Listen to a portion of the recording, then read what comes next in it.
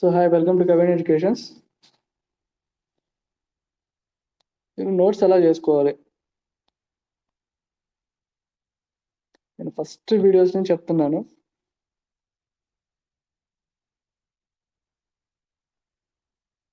మన నోట్సే మనకు బైబిల్, ఖురాన్, భగవద్గీత, అది ఏదైనా సరే. సో నోట్స్ చేసుకోవడానికి 2 వేస్ ఉంటాయి. ఫస్ట్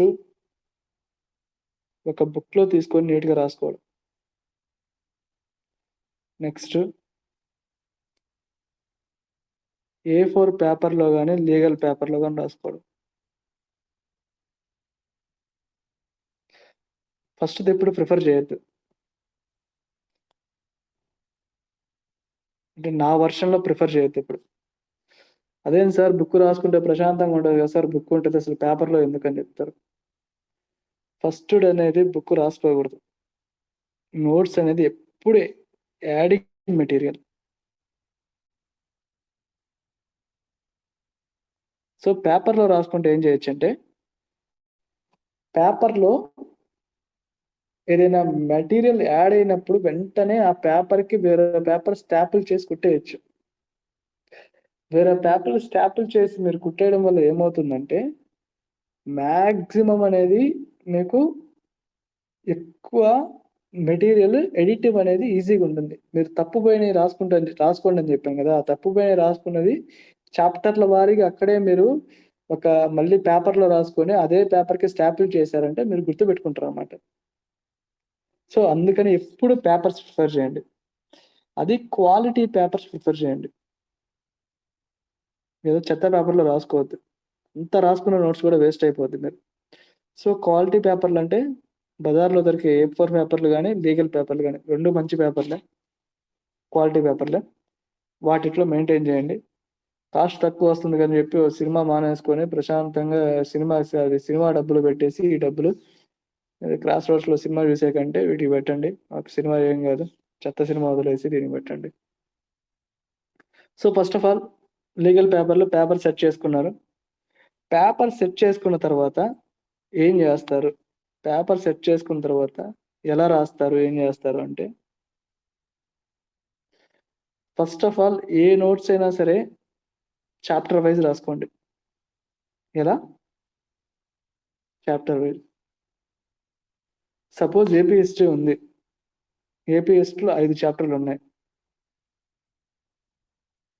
ఫస్ట్ చాప్టర్లో శాతవాహనులు, ఇక్ష్వాకులు, విష్ణుకుండినులు, శాలంకాయనులు, ఆనంద గోత్రికులు. సెకండ్ చాప్టర్ తూర్పు చాళుక్యులు, చెత్త వస్తుంది. తూర్పు చాళుక్యుల అనంతర యుగం. తూర్పు చాళుక్యులు ఫస్ట్ చాప్టర్ వస్తుంది. కాకతీయులు, విజయనగర సామ్రాజ్యం. కాకతీయులకు విజయనగర సామ్రాజ్యం ఉన్న రెడ్డి రాజులు వీళ్ళు వస్తారు. థర్డ్ చాప్టర్ బ్రిటిష్ వాళ్ళు ఏమొచ్చారు, ఏం చేశారు, 1857 report, Vande Mataram movement, non cooperation movement, civil reservation, quit India movement, చెత్త అంతా వస్తుంది.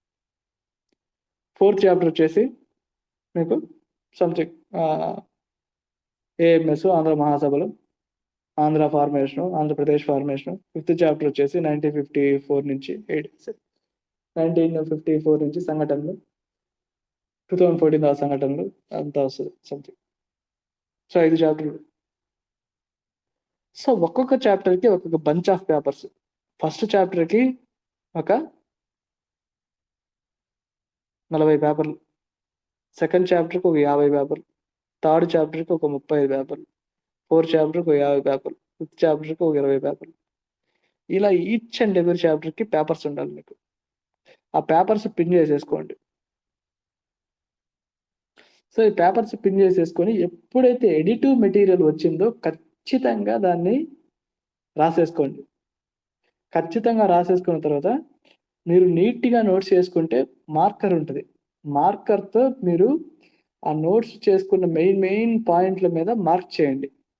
మార్క్ చేసేసి సపోజ్ ఇది ఒక బిట్ రాసుకున్నాం, ఆ బిట్లో మెయిన్ పాయింట్ ఇది, దాని మీద మార్కర్తో ఎల్లో మార్కర్తో మార్క్ చేసుకో, ఇట్లా రౌండ్ చేసుకో. సెకండ్ బిట్ ఇది, దాని మీద మార్క్ చేసుకో. లేకపోతే 2 పెన్లు యూజ్ చేయి. మార్క్ చేసుకోవడం ఇష్టం లేకపోతే పేపర్ చెడిపోద్ది అనుకుంటే ఒకటి red pen, blue pen, black pen use చేసి సో మెయిన్ పాయింట్ మీద రౌండ్ చేసి డ్రాస్టిక్ కలర్ అంటే డిఫరెంట్ కలర్స్తో రౌండ్ చేసే. అంటే నువ్వు బిట్టి ఇలా రాసుకున్నప్పుడు ఆన్సర్ ఇదైనప్పుడు దీని మీద ఇలా రౌండ్ చేసుకో. సో ఇలా చేసుకోవడం వల్ల ఏమవుతుందంటే క్విక్ రివిజన్ అనేది ఈజీగా అవుతుంది అనమాట. సో ఫైనల్ మూమెంట్లో నీకు ఏమీ ఉండదు. ఫైనల్ మూమెంట్ రేపు ఎగ్జామ్ అనగా నీకు వచ్చేసి రివిజన్ చేసుకోవడానికి ఒకే రోజు వస్తుంది. అది గ్రూప్ 1 అయినా, గ్రూప్ 2 అయినా, పంచాయతీ రాజ్ అయినా, ఏదైనా సరే. ఒక్క రోజులో రివిజన్ చేసుకోవాలి అంటే నువ్వు అంతకు ముందు ఆ మెటీరియల్ని కనీసం 10 సార్లు రివిజన్ చేసి ఉండాలి. 10 టైమ్స్ రివిజన్ చేసి ఉండాలి. అప్పుడే నువ్వు 1 డేలో మొత్తం రివిజన్ చేసుకోగలవు. సో 1 డేలో రివిజన్ చేసుకోగలను అనేది నువ్వు 1 డేలో రివిజన్ చేసుకోవాలి అంటే నువ్వు ఎంత పర్ఫెక్ట్గా నోట్స్ రాసుకుంటే 1 డేలో నువ్వు రివిజన్ చేసుకోగలవు అనేది ఆలోచించుకో. సెకండ్, నేను చెప్పే ఇంకా బెస్ట్ మెథడ్ ఏంటంటే, అంటే మీకు టైం ఉంటే, ఇంకా టైం ఉంటే, టైం పర్మిట్ చేస్తే, అంటే లాంగ్ స్టాండింగ్ కొంతమంది ఉంటారు కదా, పోరాటం చేసేవాళ్ళు గవర్నమెంట్ జాబ్కి, వాళ్ళు టైం ఉంటుంది వాళ్ళకి ఖచ్చితంగా. సో నువ్వు ఫస్ట్ టైం మొత్తం ఒక 100 పేజీల్లో నోట్స్ రాసుకున్నావు. ఈ 100 పేజీల్లో నోట్స్ రాసుకున్న దాన్ని 30 పేజీల్లో మళ్ళీ రీనోట్స్ రాసుకో. సో ఈ 100 పేజీల్లో నోట్స్ రాసుకున్న దాన్ని 30 పేజీల్లో నోట్స్ చేసుకోవడం అయితే 100 పేజీలు చదివితే నీకు ఏ ఫీలింగ్ రావాలో 30 పేజీలు చదివితే కూడా అదే ఫీలింగ్ రావాలి. మళ్ళీ ముందే చెప్తున్నాను. సో అంత క్రక్స్ అనేది ఇంకా తగ్గించి అనమాట. సో కల్నల్ మెకంజీ, అమరావతి స్తూపం, కావలి బొర్రయ్య బ్రదర్స్, అంటే ఆ వర్డ్ చూస్తే నీకు అర్థమైపోవాలి. అంటే అమరావతి స్తూపాన్ని కల్నల్ మెకంజీ కనుక్కున్నాడు. అతనికి కల్నల్ మెకంజీకి హెల్ప్ చేసిన అతను కావలి బొర్రయ్య బ్రదర్స్. అట్లా 1 వర్డ్ అనమాట. 1 వర్డ్ సబ్స్టిట్యూషన్ లా నోట్స్ రాసుకోవాలి. 100 పేజెస్ నుంచి ఇది రావడానికి 1 వర్డ్ సబ్స్టిట్యూషన్ రావాలన్నమాట. సో హాలుడు 17వ కింగ్ అనమాట హాలుడు. సో హాలుడు రాసింది ఏంది ఆ పక్కన. నెక్స్ట్ హాలుడు కాలంలో ఎవరో ఉండేవాళ్ళు అట్లా, అంటే గుణాఢ్యుడు, బృహత్ కథ. నెక్స్ట్ ఇంకెవరుంటారు? హాలుడు,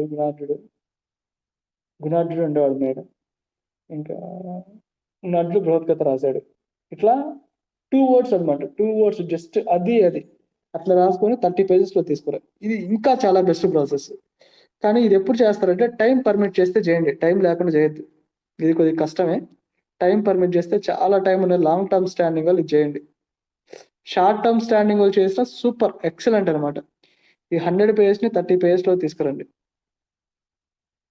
నేను ఫస్ట్ నుంచి చెప్తాను, ఎప్పుడు నిమోనిక్స్తో నోట్ చేసుకోండి. అసలు నోట్ చేసుకునేది నిమోనిక్స్. నిమోనిక్స్ అంటే ఏంటి? తెలుగులో కొండ గుర్తులు. ఇది లేకుండా నోట్స్ చేసుకుంటే వేస్ట్. మీరు కొండ గుర్తులు పెట్టుకోండి. సపోజ్ ఎగ్జాంపుల్కి నేను హిస్టరీలో ఒక first governor general of Bengal ఎవరు, first governor general of India ఎవరు, ఫస్ట్ వైస్రాయ్ ఎవరు గుర్తుపెట్టుకోవడానికి ఒక ఎగ్జాంపుల్ చెప్పాను అనమాట. ఏం ఎగ్జాంపుల్ అది? WBC, Warren Hasting, William Bentinck, Canning. ఇతను first governor general of Bengal, governor general of India, governor general కాదు, viceroy, first viceroy. Warren Hasting, Bentinck, Canning. So WBC గుర్తుపెట్టుకుంటే లైఫ్లో మర్చిపోరు మీరు. సో ఇది ఎప్పుడో నేను 10 సంవత్సరాలు పెట్టుకున్న కోడ్ ఇప్పుడు కూడా గుర్తుంది. నేను 10 సంవత్సరాలు పోయిన తర్వాత గుర్తుంటుంది. నా పిల్లోడు పెద్దోడైన తర్వాత కూడా గుర్తుంటుంది. ఎందుకంటే ఇది కోడ్ మహత్యం అంతే. ఈ కోడ్ అనేది ఎప్పుడు బిట్టు మిమ్మల్ని తప్పు పోనేది. అలా దేనికైనా సరే. IPC దానికి కోడ్ CIC అనమాట. First civil procedure code, next IPC Indian pillar code, next criminal procedure code. ఇట్లా కోర్సు రూపంలో గుర్తుపెట్టుకోవడం వల్ల మీరు ఎప్పుడు రిటెన్షన్ కెపాసిటీ చాలా ఎక్కువ ఉంటుంది. ఇది ఇప్పుడే కాదు, ఎవరికైనా పనిచేస్తుంది అనమాట. సివిల్స్లో కానీ ఎక్కడైనా సరే కోడ్ సిస్టమ్ డెవలప్ చేసుకోండి. ఎప్పుడైనా ఫండమెంటల్ రైట్స్, ఫండమెంటల్ డ్యూటీస్ మీరు చాలా చదువుతారు. వ్యాస్ట్ సిలబస్ చదువుతారు కాబట్టి ఈ వ్యాస్ట్ సిలబస్ అనేది ఎప్పుడైనా సరే మీరు మెయిన్ ఆబ్జెక్టివ్ సాల్వ్ చేస్తున్నప్పుడు ఆబ్జెక్టివ్ అనేది ఎప్పుడు మీకు జర్కులు ఇస్తుంటది. అంటే ఇదే ఈ బిట్టు ఈ బిట్టు ఎలా, ఇదే. సో ఏ పెట్టాలా, బి పెట్టాలా, సి పెట్టాలా, డి పెట్టాలా. ఒక కోడ్ గుర్తు పెట్టుకుంటే కోడ్ సీక్వెన్స్ అనేది మీరు కన్సిస్టెంట్ గా బిట్ అనేది మార్క్ చేయడానికి ఈజీగా హెల్ప్ అవుద్ది. అందుకని ఎప్పుడైనా కోడ్ రూపంలో నోట్స్ చేసుకోండి. ఆ కోడ్ రూపంలో నోట్స్ చేసుకుంటేనే మీకు సక్సెస్ అనేది వస్తుంది అనమాట. సో సమ్మరీ చెప్తాను. మెయిన్ పాయింట్స్ A4 ఆ లీగల్ సైజులో చేసుకోండి. ఇప్పుడు కోడ్స్ రూపంలో రాసుకోండి. ఎప్పుడు కోడ్స్ రూపంలో ఉండాలి. 2 డిఫరెంట్ కలర్స్తో రాసుకోండి. నోట్స్ అనేది ఎప్పుడు బుక్ కంటే ఎక్కువ ఉండకూడదు. బయట బుక్లు 600 పేజీలు ఉంటే 600 పేజీలు 100 పేజీల్లో తీసుకురండి అంతే. 100 పేజీలు ఆర్ 150 పేజెస్. సో నోట్స్ ఎప్పుడు ఎడిటివ్గా ఉండాలి. మీరు రాసుకున్న నోట్స్ మీకు అర్థమైతే చాలు. పక్కన వాళ్ళ కోసం సూపర్గా బంపర్గా కూర్చొని ఎక్సలెంట్గా రాయొద్దు. మీరేం రైటింగ్ ప్రాక్టీస్ ఏం చేయట్లేదు. మీరు రాసేది జస్ట్ ఏంటంటే ఆబ్జెక్టివ్ ఎస్ ఆర్ నో, అదే ఇదే అంతే. ఆ రెండే కావాల్సింది. సో 100 పేజీల నోట్స్ చివరికి 30 to 40 పేజీలు తీసుకురండి. ఈ 30 to 40 పేజీలు తీసుకొస్తే గ్రేట్. మ్యాక్సిమం రిటెన్షన్ కెపాసిటీ ఉంటుంది. మ్యాక్సిమం మీరు సక్సెస్ పొందడానికి వీలుగా ఉంటుంది. ఒకవేళ సపోజ్ దాంట్లో ఆ నోటిఫికేషన్ నోట్స్ చేసుకున్న నోటిఫికేషన్ మీకు ఫెయిల్యూర్ అయ్యారు రాలేదు, ఏం బాధపడద్దు. ఆ నోట్స్ ఇస్సిరేం కొట్టద్దు. ఆ నోట్స్ ఉంచండి. ఆ నోట్స్ ఉంచేసి ఆ నోట్స్లో ఉన్న లూప్ హోల్స్ ఏంటి, నేను ఎందుకు బిట్స్ చేయలేకపోయాను అది సమ్మరైజ్ చేసుకొని మళ్ళీ నోట్స్ ఇంప్రూవ్ చేసుకోండి అంతే. అంతేగాని నోట్స్ చేయడం వల్ల ఎప్పుడు ఫెయిల్యూర్ ఉండదు. 99 నమ్మండి నన్ను, 99% ఆఫ్ ది క్యాండిడేట్స్ నోట్స్ చేసుకోవడం వల్ల సక్సెస్ సాధించారు. 1%, అది కూడా ఒప్పుకోవాలి, 1% of the extraordinary candidates notes లేకపోయినా సాధించారు. సో మనమే ఎక్సెప్షన్ కాదు కదా. ఎక్సెప్షన్ అనేది సక్సెస్ అయిన తర్వాత చెప్పగలం, నేను ఎక్సెప్షన్ కేసురా అని చెప్పి. సో 99% ఫాలో అవ్వండి. సో నోట్స్ బాగా చేసుకోండి, బాగా చదవండి, నోట్స్ రివిజన్ చేయండి. పర్ఫెక్ట్గా నోట్స్ చేసుకొని మిగిలిన బుక్స్ అన్నీ వదిలేయండి. మిగిలిన ఏ చెత్త వచ్చినా మార్కెట్లో తీసుకోవద్దు కొత్త బుక్, అంటిల్ అన్లెస్ అది మీకు యూజ్ అవుతుంది అనుకుంటే. అంటే ఒక బుక్స్ బాగా లెజిబుల్గా ఉంది అంటే మీ ప్రిపరేషన్ని ఫాస్ట్ చేసేస్తుంది. అంటే ఇంకా చూడగానే ఇంకా మైండ్లోకి ఎక్కేస్తుంది. అట్లాంటి బుక్ తీసేసుకోండి. అట్లాంటి బుక్ తీసేసుకొని చదవండి, అది బెటరే. ఎందుకంటే మీ ప్రిపరేషన్ ఇంకా ఫాస్ట్ అవుతుంది అనమాట అట్లాంటి బుక్స్ వల్ల. అట్లాంటి బుక్స్ ఉంటే తీసేసుకోండి. But keep in mind that once again your notes is your Bible, Quran, Bhagavad Gita. ఇదే మీ సక్సెస్ స్టోరీ వరకు కారణం ఇదే. మీ సక్సెస్ అయ్యేది అవ్వబోయేది దీనివల్ల. So all the best guys, enjoy చేయండి, మంచి మంచి సినిమాలు చూడండి. నాంది అనే సినిమా వచ్చింది కొత్తది, బాగుంది, ఎంజాయ్ చేయండి. Keep watching. చలో బాయ్.